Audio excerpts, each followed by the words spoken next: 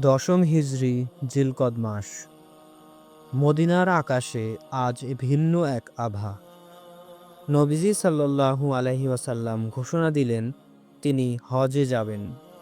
এই সংবাদ বাতাসের বেগে ছড়িয়ে পড়ল চারদিকে।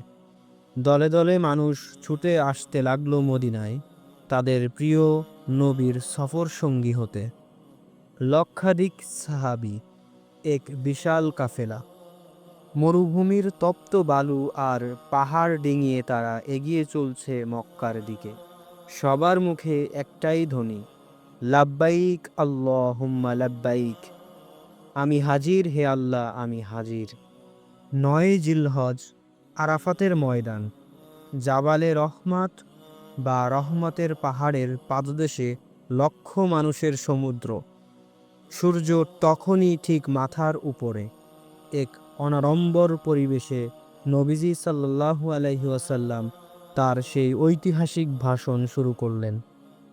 তিনি বললেন, হে মানুষ, শুনে রাখো, আজ থেকে জাহেলি যুগের সমস্ত কুসংস্কার আমি আমার পায়ের নিচে পিষে ফেললাম। আরবের ওপর অনারবের কিংবা অনারবের ওপর আরবের কোনো শ্রেষ্ঠত্ব নেই। শ্রেষ্ঠত্ব শুধু তাকওয়া বা আল্লাহ ভীতির ভিত্তিতেই। তিনি নারীদের ব্যাপারে সতর্ক করলেন, বললেন, নারীদের ব্যাপারে আল্লাহকে ভয় করো, তারা তোমাদের কাছে আল্লাহ আমানত। সেদিন তিনি বিদায় নিলেন রক্তের দাঙ্গা থেকে, সুদের অভিশাপ থেকে। ভাষণের শেষে তিনি আকাশের দিকে আঙুল তুললেন, মহান আল্লাহর কাছে সাক্ষী রেখে বললেন, হে আল্লাহ, আমি কি তোমার বাণী পৌঁছে দিয়েছি? সমবেত জনতা চিৎকার করে কেঁদে উঠল, হ্যাঁ, আপনি পৌঁছে দিয়েছেন। তখনই নাজির হলো কোরআনের সেই আয়াত, আজ আমি তোমাদের জন্য তোমাদের দিনকে পরিপূর্ণ করে দিলাম। সেটাই ছিল তার শেষ হজ, বিদায় হজ।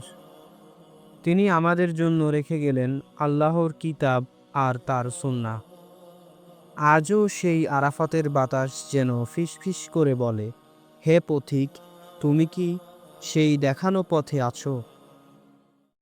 ألم تر إلى الذين يزعمون أنهم آمنوا بما أنزل إليك وما أنزل من قبلك يريدون أن يتحاكموا إلى الطاغوت وقد أمروا أن يكفروا به ويريد الشيطان أن يضلهم ضلالا بعيدا